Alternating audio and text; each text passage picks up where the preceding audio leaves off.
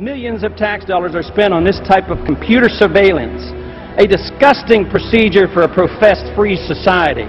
They're overstepping the bound. Just the other day, they walked into somebody's house. They suspected he was a drug dealer.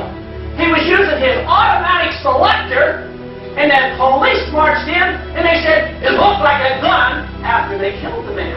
In America! Is that what America's all about? I'd say no. We want privacy. Less government for individual liberty, get the government off our backs, a more sensible foreign policy. I'm very disappointed that so far in this Congress we have not yet seen any sincere effort to cut any spending. There's something wrong here that could and should be adjusted with decreased spending, not raising taxes, and not further robbing the Social Security Trust Fund. The more we threaten, the more we intimidate, the more we want to bomb people, the more we're leading into another fiasco like Vietnam.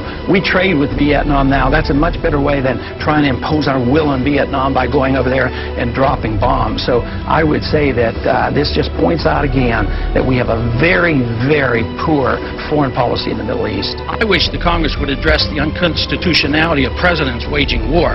That, to me, is a lot more serious than Monica Lewinsky, let me tell you. The corporations are in bed with the government. Peace and harmony can never be achieved by bombs and intimidation. Mr. Speaker, over the last 3 to 4 years, I've come to the floor on numerous occasions trying to sound a warning about both our foreign policy and our monetary policy. The cause is the Federal Reserve. The cause is the problem is the Federal Reserve has been granted authority that is unconstitutional to go and counterfeit money. And until we recognize that and deal with that, we will continue to have financial problems. The Federal Reserve credit created during the last 8 months has not stimulated economic growth in technology or the industrial section, but a lot of it ended up in the expanding real estate bubble. This too will burst, as all bubbles do. During the next decade, the American people will become poorer and less free. I do not see any reason whatsoever to take young men and young women and send them 6,000 miles off to a land to attack a country that has not committed any aggression against this country. War is not popular. People get killed and body bags end up coming back. I don't want anybody's legs shot off for some reason that is not justified, and it's not a declared war. I think that should be the litmus test of everybody in this country and everybody over on the Hill, too. If this war is worth fighting, are you willing to go and lose your legs, lose your life, or send your kids or send your grandkids? Will our country become freer, richer, safer, and more peaceful? Or will we continue to suffer from lost civil liberties, a stagnant economy, terrorist threats, and an expanding war in the Middle East and Central Asia? Is it not possible that George Washington's admonition to avoid entangling alliances is sound advice even today? Both candidates supported the war in Iraq and the continuation of it.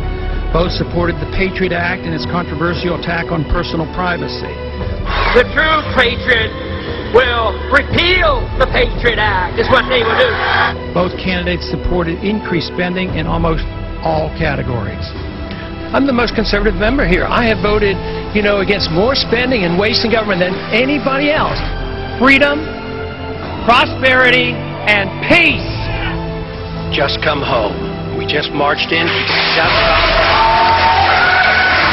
We have allowed our nation to be overtaxed and overregulated and overrun by bureaucrats. The founders would be ashamed of us for what we're putting up with. A system designed to protect individual liberty will have no punishments for any group and no privileges. Today, I think inner city folks and minorities are punished unfairly in the war on drugs. I think this is not a consequence of free markets. What's happening is there's transfer of wealth from the poor and the middle class to the wealthy.